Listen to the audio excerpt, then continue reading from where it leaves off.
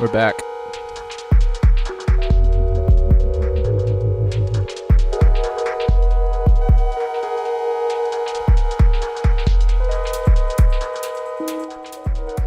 You'll notice I have this extra little gadget here today.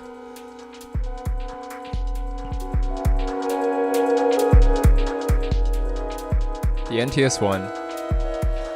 I was recommended this by somebody on Discord. I think it was Rustic, maybe.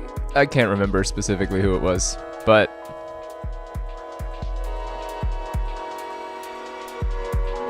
it is pretty cool.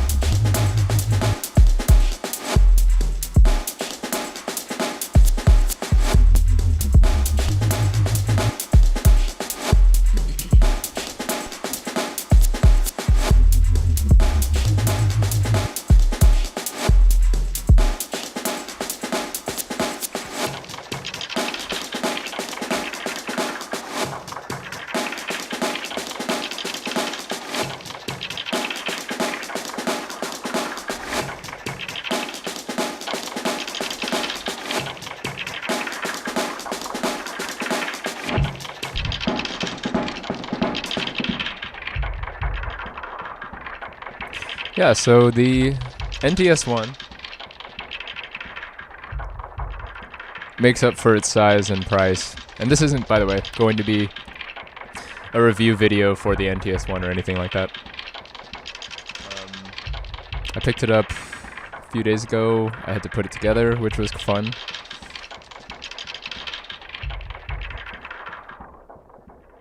And just been kind of playing with it here and there. It's $100, and it actually does a lot of different things. It has a synth with a filter and customizable envelope. You can plug it into your computer and upload new files. The file management is a little bit confusing, but for the amount of money that you spend to get the parts necessary to create this, I think it's totally worth it. And especially because you'll notice that I don't have my Empress Reverb today. And that's because I really like the delay and reverb available on here. And that was actually what motivated me to pick this up in the first place. I can't remember specifically who it was, but it was on EasyBot's Discord. And I was telling them how the Monotron delay, the Korg Monotron delay, had kind of like caught my eye recently. And I was curious to pick something up like that. It was like $60 on Reverb. And then somebody was like, you should just get the NTS1, because you can do that and all kinds of other stuff. And there's stereo delay. So I kind of looked into it for that reason. And it kind of feels like a perfect match to combine the OP1 with this, because they kind of live in the same world as far as design. Not exactly, but they're both a little bit more playful, a little bit less like I guess they're both a little bit rough around the edges. Just the idea that you would have aux cables running everything kind of puts these in the same world. So in the past, when I was plugging this into my Empress Reverb, I'd have to get like a quarter-inch to headphone. But now I'm just going aux to aux and then sending this out. So essentially, I'm using this mostly as a reverb delay pedal. So let me demonstrate that. And sometimes you have to up the gain a little bit to get.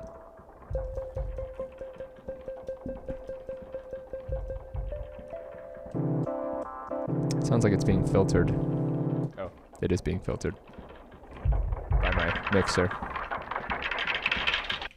Cool. Yeah, like I've always felt like the OP1 sounds are particularly, sometimes they can be abrasive just because of that digital quality. But I always found that when I plugged it into my computer, I could just throw some reverb on it and like every sound suddenly became desirable. And, you know, my taste is changing over time, but, you know, for when I need that, this little device really helps. I think over time, I'm going to get a little annoyed with the fact that every time you plug it in, you need to redo all the settings. But for the time being, I really don't mind. So let's demonstrate. So we have this, and we'll start with an ARP because that's usually, I think, the easiest way to go. So here's your stereo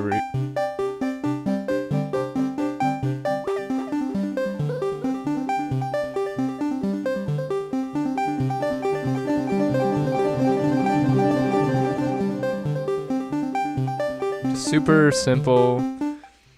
B controls intensity, which is kind of a combination of feedback and I guess just mostly feedback. And then this is time.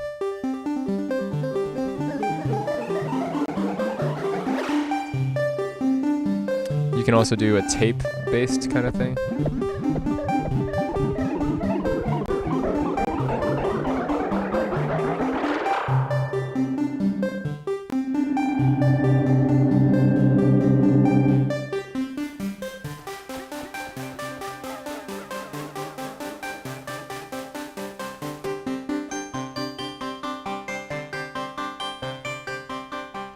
Then you can also layer a reverb on that.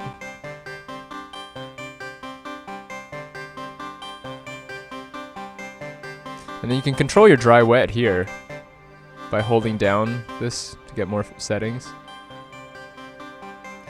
So I guess my current philosophy about this machine, this small device, is that like it will extend the mileage of anything you throw at it. So if you have a synth that you're kind of like bored with, you know, you can use this to great effect. Like one thing that I've always felt the OP1 can do really well is if I increase the ARP speed to 16ths, then I can hold down a chord. And if I throw enough reverb on that, I'll be able to create a pad. So if I just put this to full, and if I change the reverb to, I think, like space,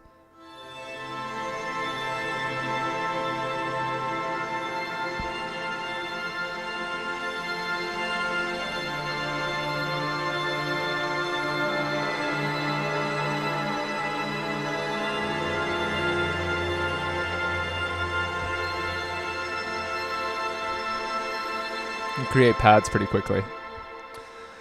Joseph D981, any advice on good hard drives? You're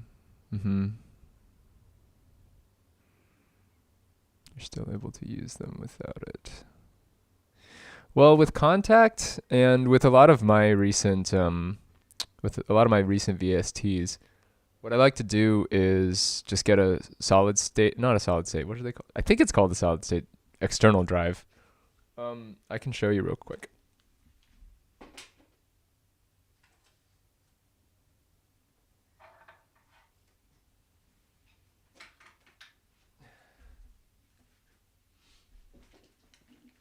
Like, I have this Samsung T5 SSD solid state, and it works pretty well for me. I just put all of my samples for my VSTs on here, and obviously I have to have it plugged in for anything to work, but it just keeps me from having to fill my computer with samples. So this is what I use.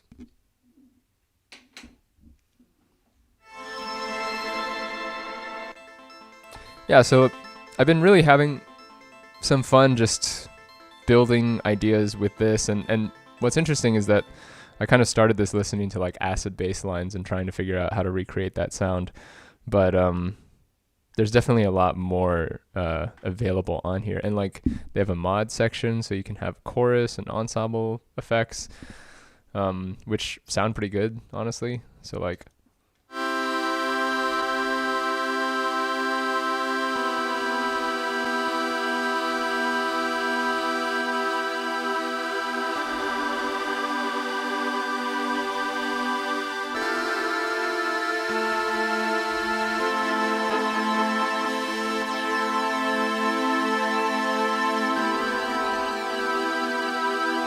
So it's kind of like a $99 multi-effects unit that fits on your desk.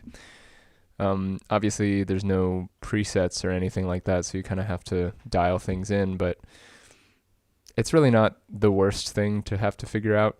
I haven't had too much trouble with it. Maybe if I was, performing things more officially, then I would worry more about that. But in the sense that it services what I'm looking for, just kind of a plug and play device for instant reverb, it's pretty nice. And actually, I find a lot of the time my like Empress Reverb guitar pedal stereo, like in and out with 1/4 inches, just ends up, I end up using like 10% of that thing. So I'm going to be experimenting with this as my onboard reverb unit here, or on table reverb unit.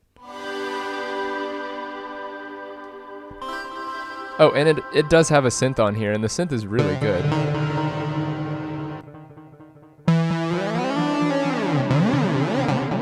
I haven't really used it because I don't really like using this touch strip thing, but I have a MIDI hub on the way. It was like $60, $70, and it will take a single MIDI out signal and duplicate it. So I'm looking to use that to send MIDI both to the bass station and maybe the Minotaur, and to things like this, so that I can start controlling melodies and stuff on here.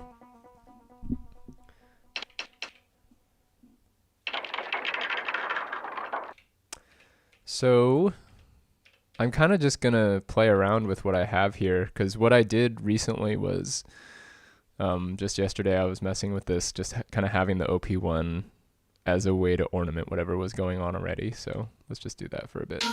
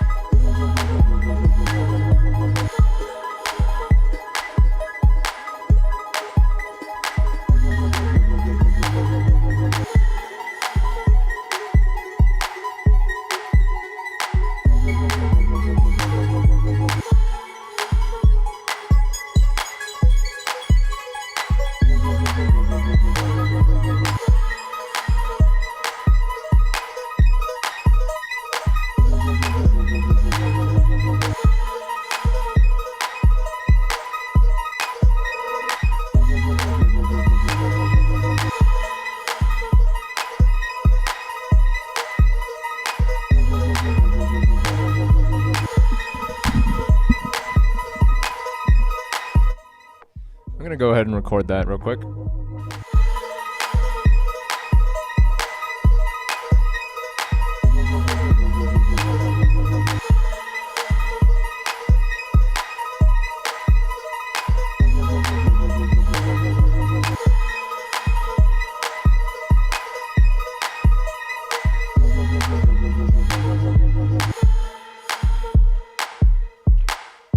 So once we save that, save and assign to free flex machine. Cool. So then, why don't we use that for the next section? Because I already kind of, I have so many patterns here. I'm gonna create a new bank, and before I do that, I'm gonna copy this part over to that next bank.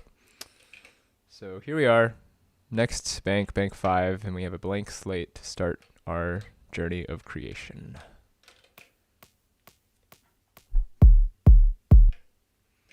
Cool.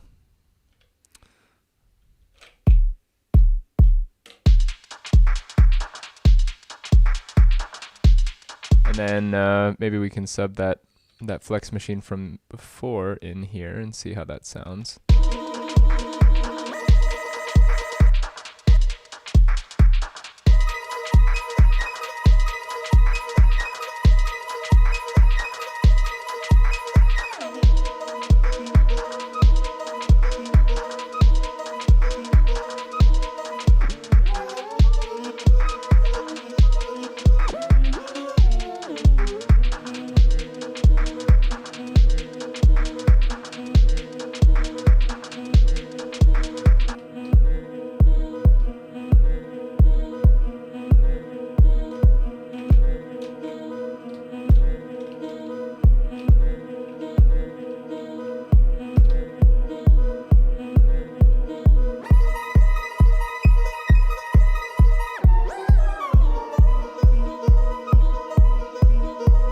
It's interesting how those things change over time when you slow it down.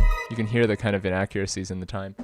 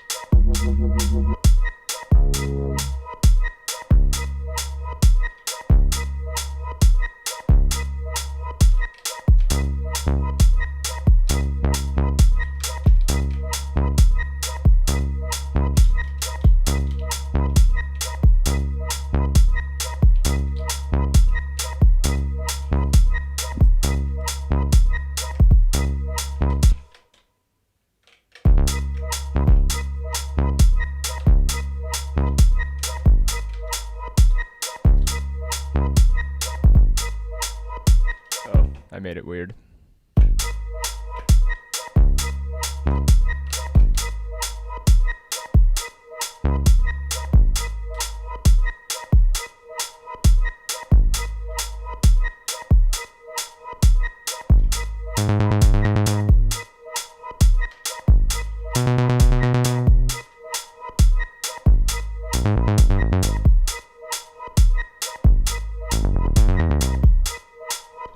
So, G sharp. So I need to set my ARP key to G sharp minor. Right there. Oh, right there.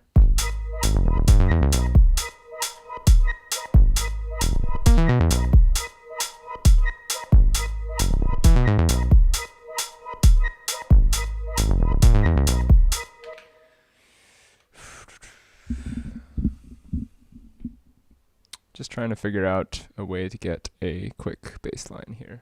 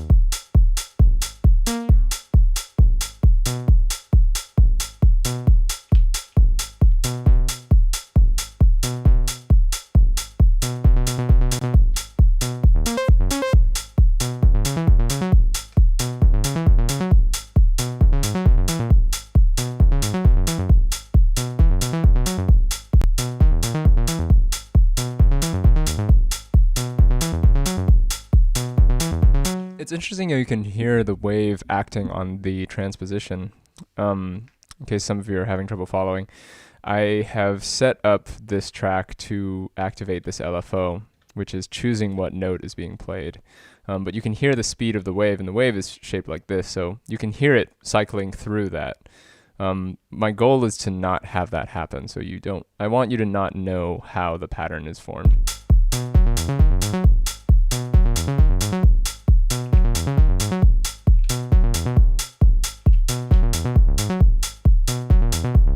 And one way that I can do that is just say, okay, well, maybe just these 3 notes are going to be determined by that LFO, and then I'm going to copy over another static note to interrupt that pattern. So I'm just kind of sculpting a bass line without actually having to know any notes.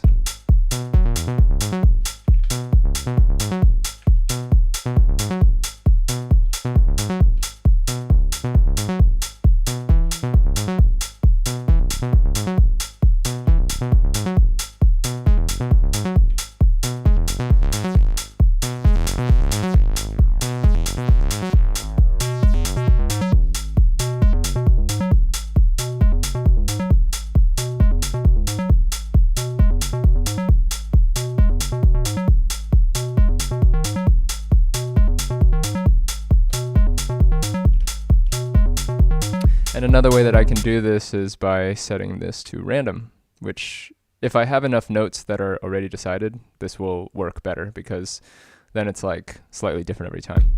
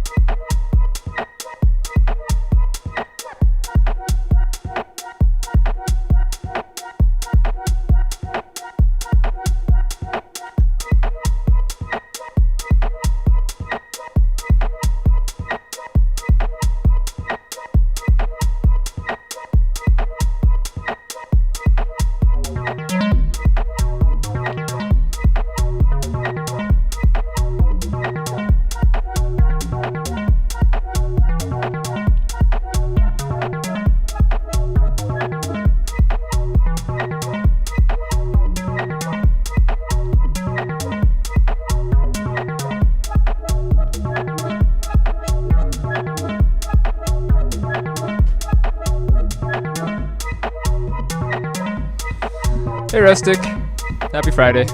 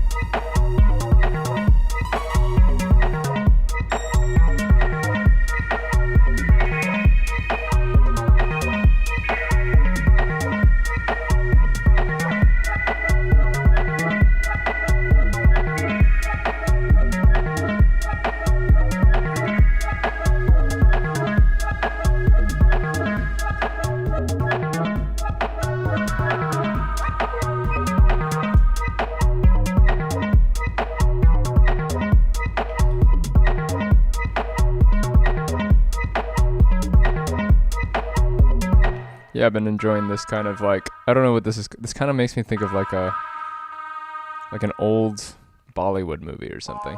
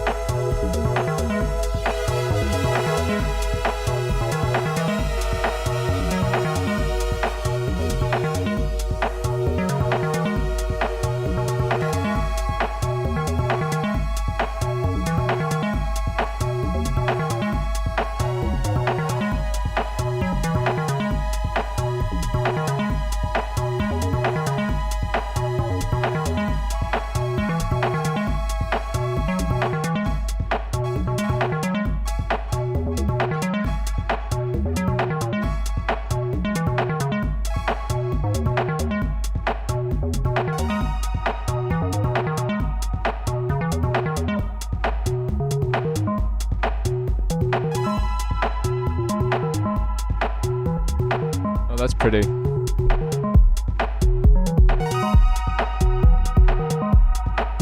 Oh, that's really nice.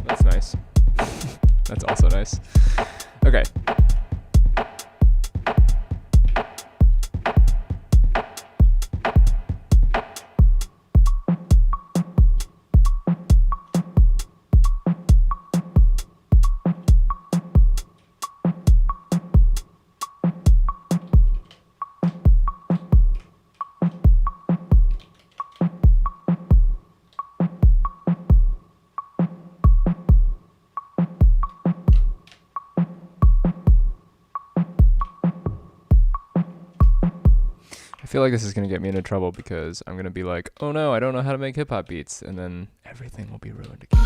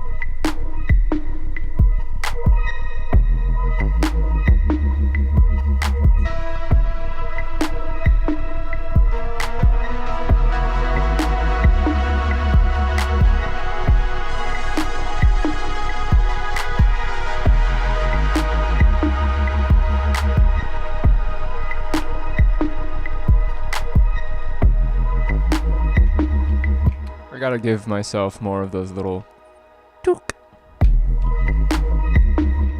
They're too good. Let's find them. Slice 2. Okay.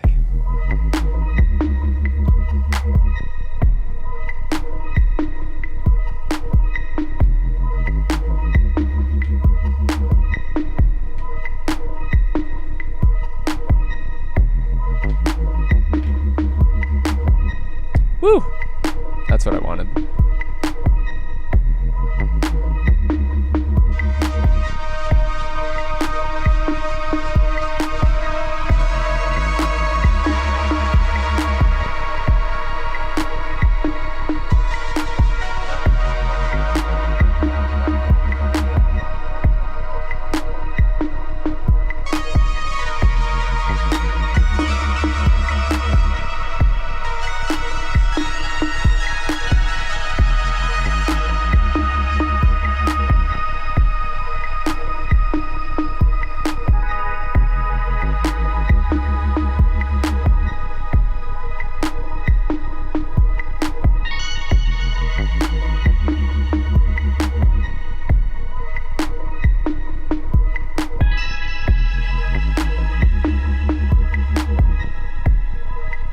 So this is going to be just a 16th note in length. Bump.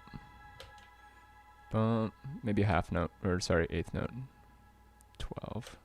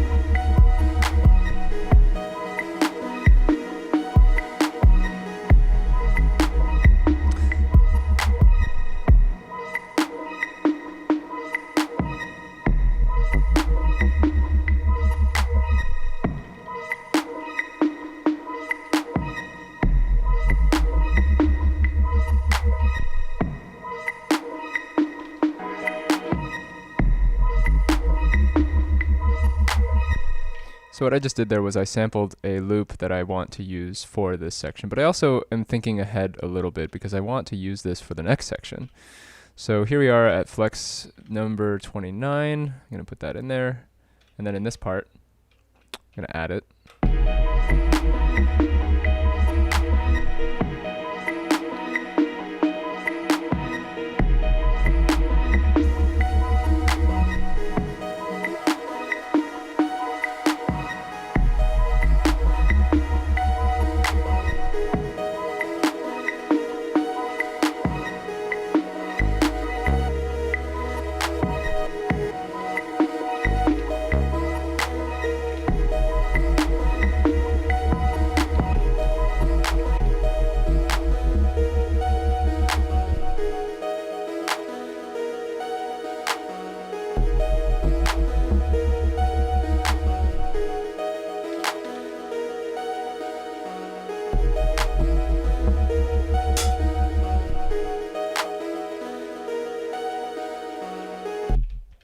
Maybe the next section I copy over and then I do something like that.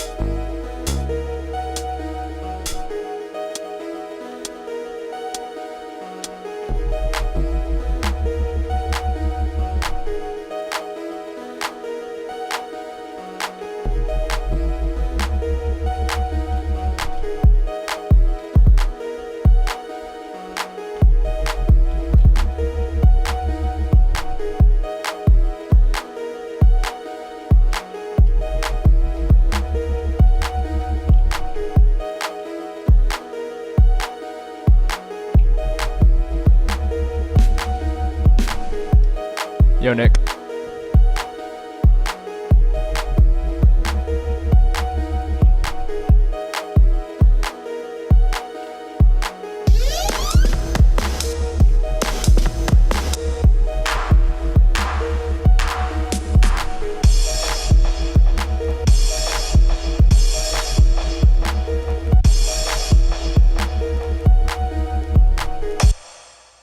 So, well, first I wanted to pause because a few of you have checked in that I am familiar with, and first of all, I have this new device which I dropped like $90 to pick up at Reverb, and I'm using it as an effects pedal for my OP1, and I really like the combination here.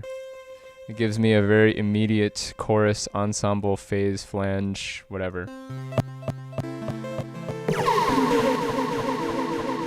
All kinds of, additional sound design possibilities. And then I also have a delay here, which I can control.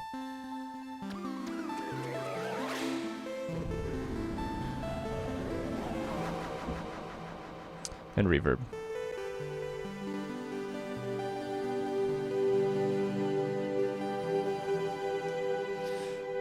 So I've been having a lot of fun using this as a effects unit, and I kind of just took my Empress reverb out of the chain for now. Mostly because I find most of the time this is all I need. I don't need 12 different kinds of reverb. I just need a handful of them, and I just need accessible controls to be like, oh, more reverb, longer reverb.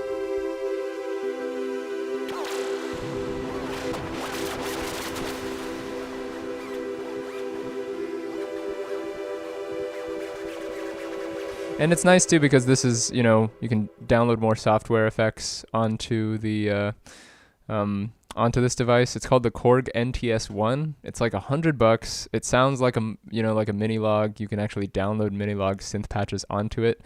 It does come with different synth types. I'm just not using them because I haven't plugged it into Control MIDI, and I don't want to use this touch strip thing. Control the shape of the waves, add a filter.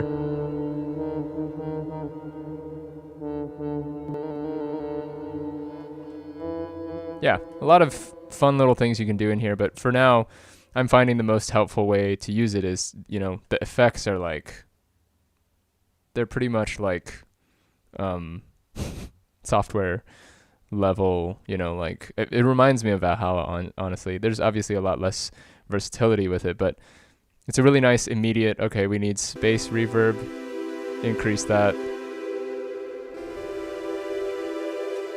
And for $99, it's like incredible. You have to build it, which takes I think it took me about 30 minutes to screw everything in together. It wasn't really that, intimidating a process. But yeah, there's a software component that there's like a whole list of, additional effects, synths and stuff that people have created for it. And yeah, I think they've managed to cut a lot of corners price-wise by making it like the most basic version of what it needs to operate, and sort of giving the user the control. And I don't mind that. Obviously, I kind of wish they were like presets or something, but it's nice to play around with. And the reverb it comes with, they're really great.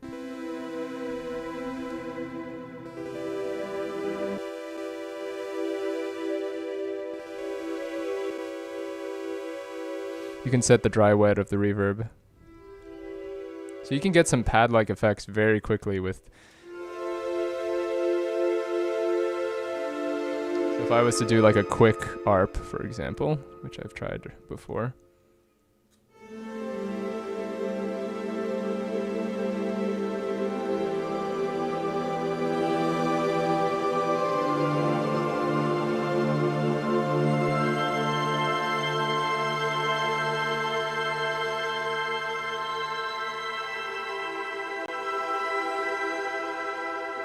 That was always something that I wanted to do on the OP1, was just like take a bunch of notes and be able to play them to get chords without having to hold them down all the time. So that's kind of how I do that.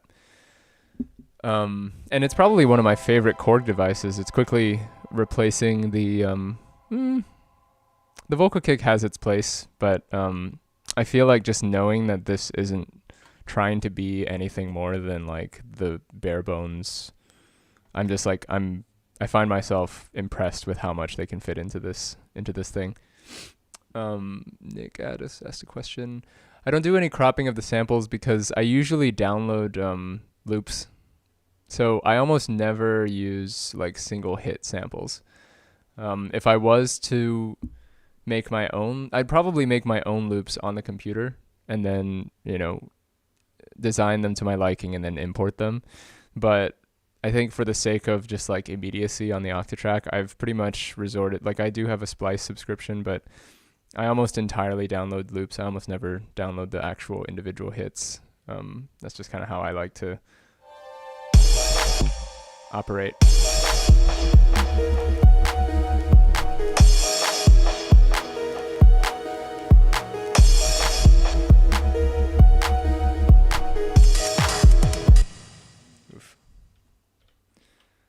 I think we're gonna move to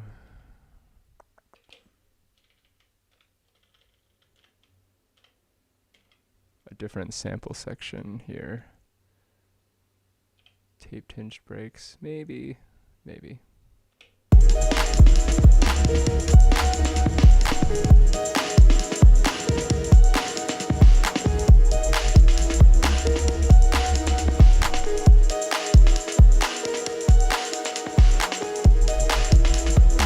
Oh, how do I crop the sample? Yeah, I pretty much I tell it to when I'm sampling loops. Sorry, misunderstood you. I basically set it to snap to the bar. So I think that's a carryover from when I used to loop a lot in Ableton.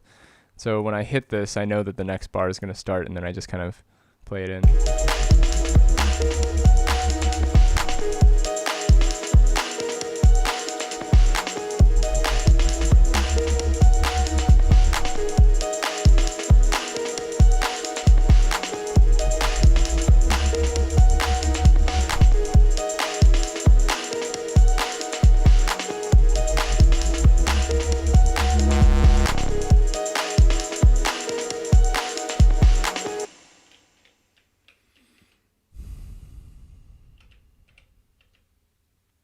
I think we're just going to start on a new section here. I'm thinking about introducing a different tempo, because I've been playing this rave thing for a while. I'm going to throw in some new samples.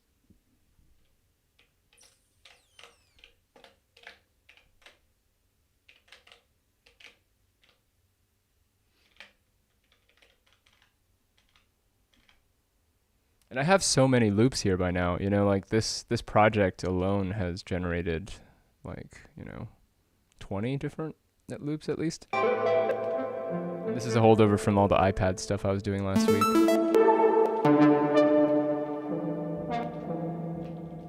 reverb stuff.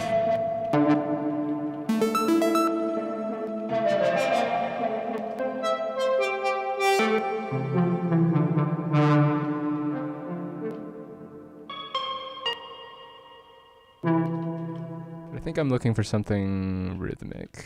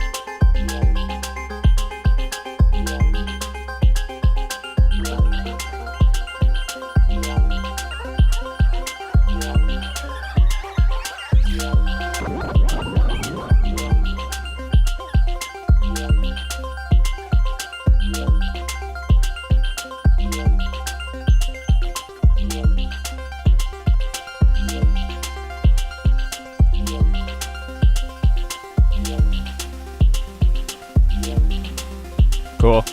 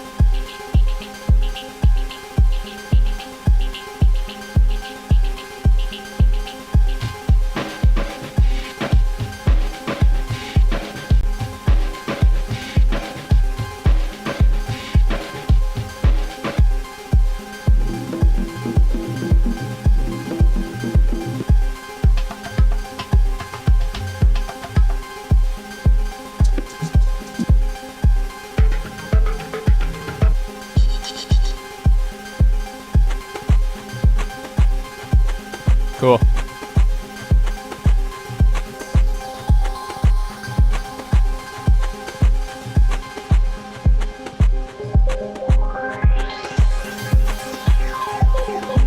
Oh shit.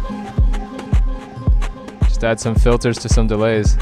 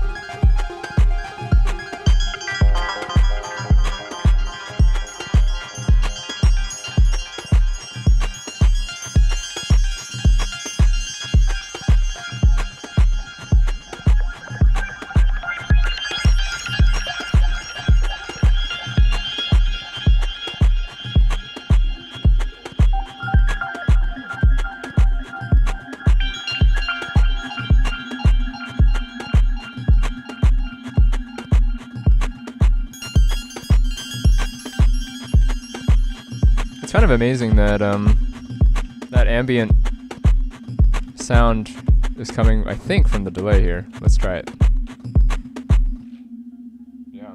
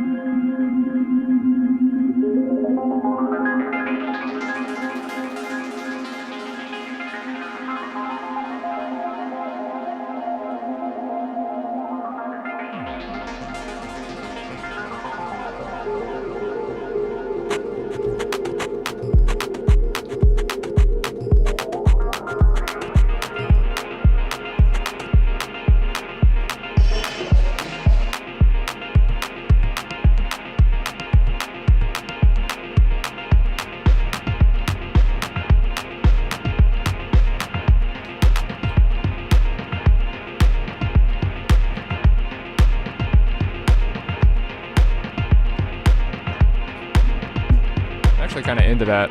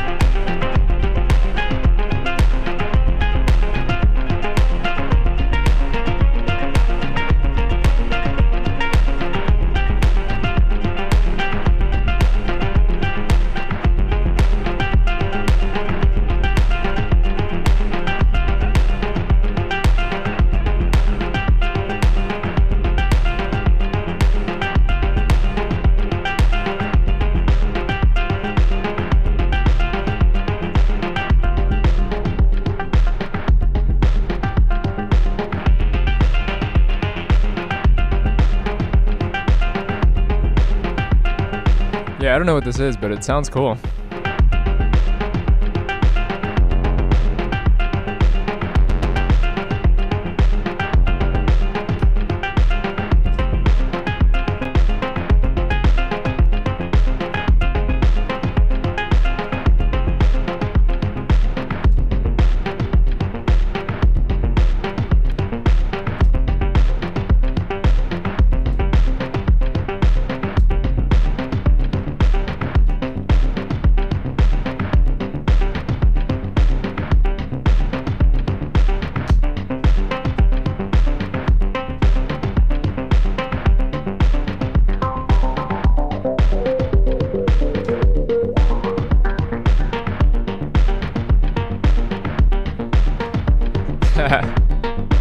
Yeah, kinda.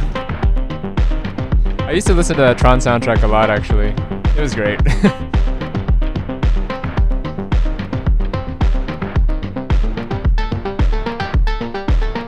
I'm just really enjoying how the compression is just bringing out different elements.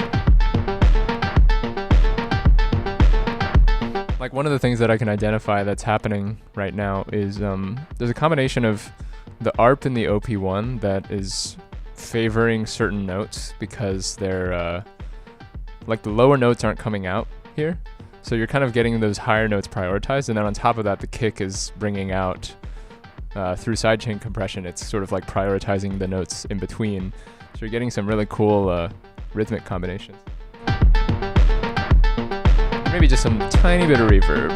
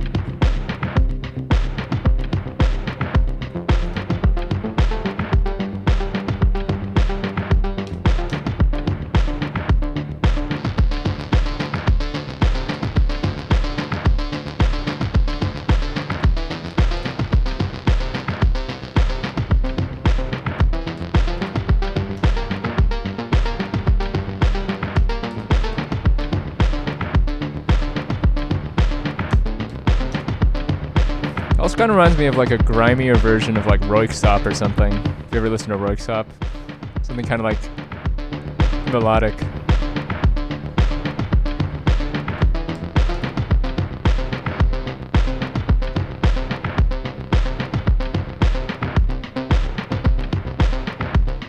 Oh, perfect. Okay, so one thing I discovered on the OP1 recently was there's this pause thing down here, and it used to be on play, but basically what happens is, it's actually very difficult to describe because it's such a visual medium, but these dots that it's choosing, it initially, if you have it set to play, it'll just go through the notes. It won't treat that dash as a, you can basically choose to play all four of these, or you can give it dashes, and if you set it to play, it'll just play those, it'll skip over that note, but it'll still play 16th notes. If you set it to pause, it'll actually pause the sequence until the next note. So it gives you some rhythmic variation, and I could just feel it changing things up here in a cool way. So this is it without, and then this is just a single note.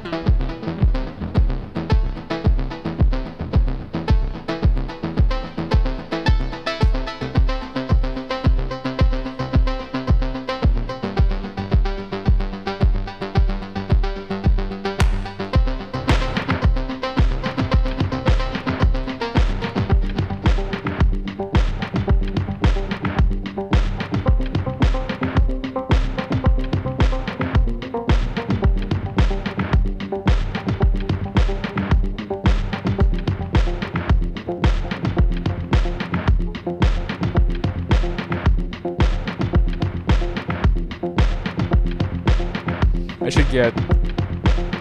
This is like a note to self to, yeah, try the pause thing. It changes up the rhythm, and normally I'm used to the arpeggiator just doing, whatever time you have on there. But this one gives you a bit more variation.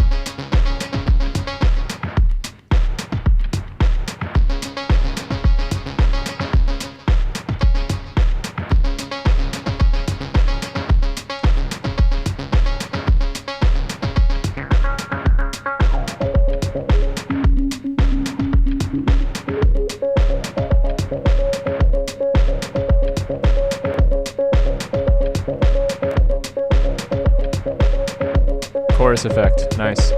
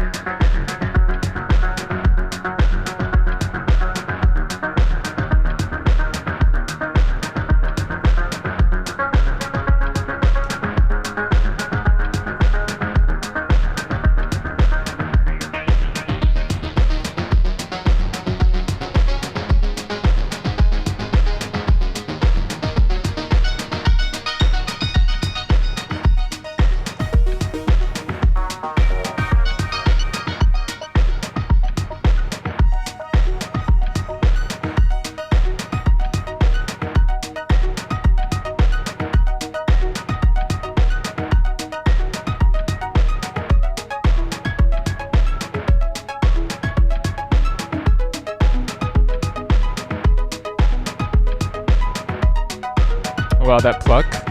This pluck module, or this pluck synth on the OP1 sounds really good with this chorus effect.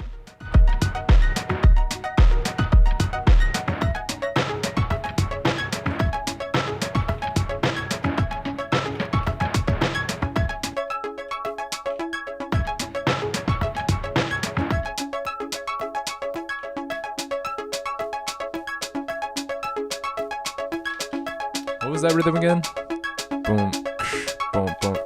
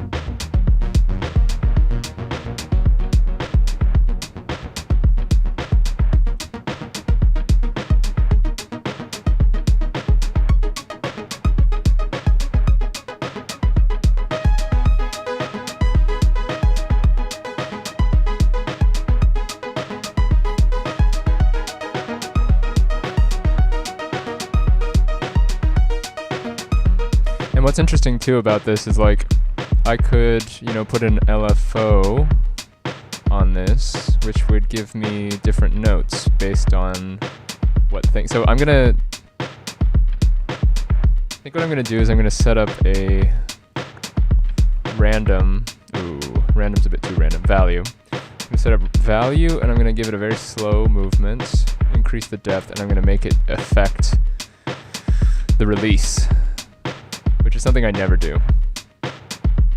But hopefully this will prioritize different notes because certain notes will be stretched out.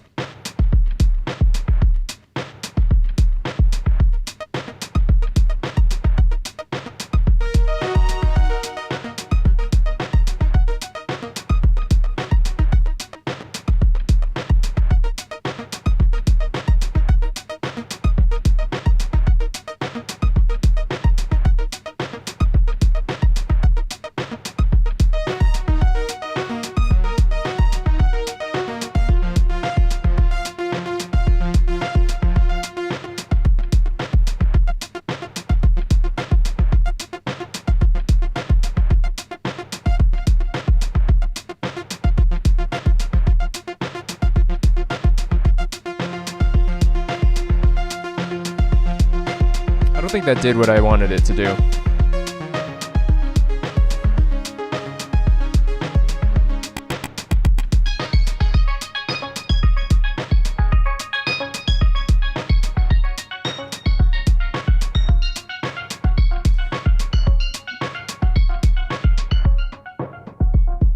On the OP1, do you use a mono 3.5 jack, a stereo 3.5 jack, or the max style 3.5 jack with 3 rings? So I use a stereo out aux. This is the 2 ring. This goes into the stereo Korg little device here, and then that goes stereo into our double quarter inch. Normally, if I'm going to plug this into the Octatrack directly, I actually take a stereo aux to mono quarter inch converter, which looks like this. It's kind of hard to tell, but this accepts 2 rings and it sends out 1 ring. And I just do this because I don't really use the stereo on the OP1. Everyone keeps talking about the fact that, yeah, it has stereo, but like it only has stereo with the master effects, and I almost never use the master effects. I'm almost exclusively using instrument effects here. And then I usually apply my stereo effects here, which is what makes this device, I think, so rewarding, is that I can go, I mean, it doesn't really matter that I can go stereo out here, but once I send it in here, now I'm getting that stereo effect, and then it just gives me a lot more options, and honestly, if I did want to use the I guess the master effects, I could put them in here, and you would still get it. But yeah, it's like any of the things that I would want to do stereo here, I can just do here, like chorus. I haven't even tried doing cow plus this because I feel like that's just too much at this point.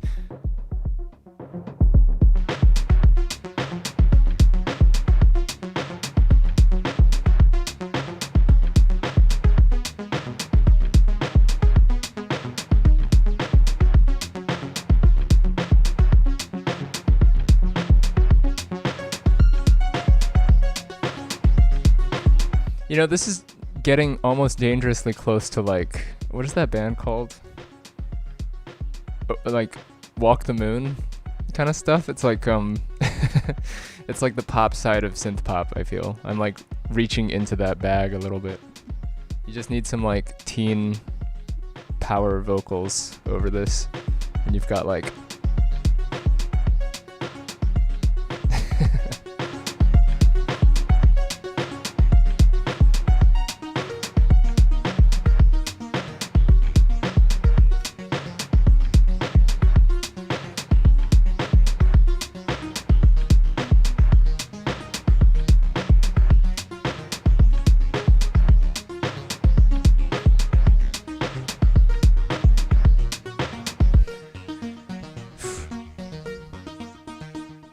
It's already been 2 hours. Holy shit.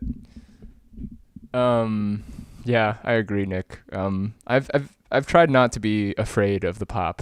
Um, coming from classical music, I was always, I think, structure and theory has always been a part of it. So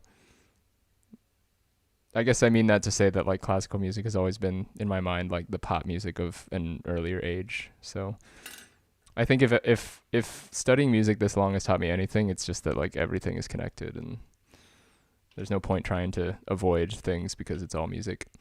But yeah, I feel like the OP1 always has some weird stuff. There's always like a hiss or some kind of thing you have to mess with to get like the optimal results. Even this cable sometimes has some issues, but I kind of, it's one of those things where I just kind of learn to like, you know, this is like everyone talks about that. This is kind of like the characteristic of the OP1. It has a lot of great sounds and it's not perfect when it comes to capturing them.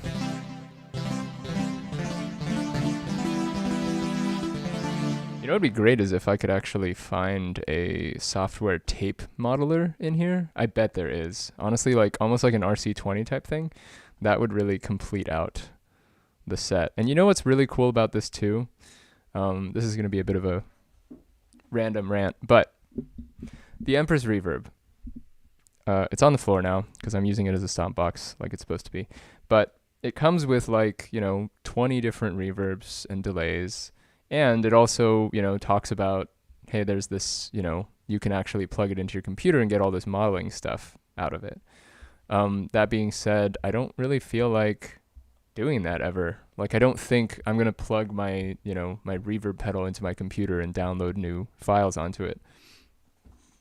On the other hand, the design of this machine, the moment you look at it, you're like, this looks like something that I'm going to plug into my computer.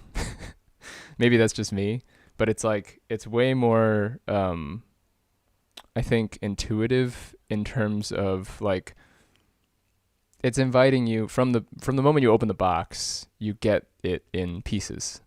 So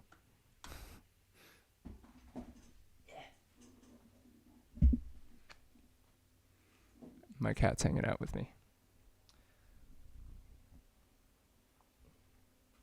You get it in pieces, so the moment you start using it, you're like, okay, how do I get this to work? And a lot of it involves your own research and instructions, and I feel like that kind of promotes looking up stuff on the computer. So I'm probably going to be searching for something that emulates like a lo-fi kind of like, combination of a little bit of tube modeling plus some tremolo-ish tape modeling kind of thing. So we'll see if I can find that. There's a huge page. I might as well link it on the YouTube description after I upload this, but there's a link of like, I think Korg puts it together, of all of the aftermarket, just like people designing things for this device. And it even lists if they're paid, if they're donation based, if they're free. So very exciting. Yeah, the only downside being that, you can't really get it to just turn on and do what you want. You have to be like, okay, now that it's on, this effect, this effect, this effect.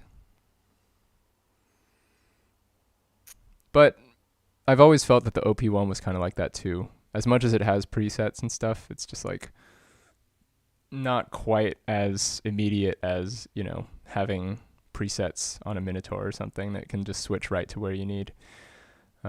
Anyhow, I'm going to go probably play some video games, and I hope you have a great rest of your day and weekend as well. The other thing I'm going to do today is hopefully finish out this first draft of the mixtape. So I will link that in my description as well once that's up.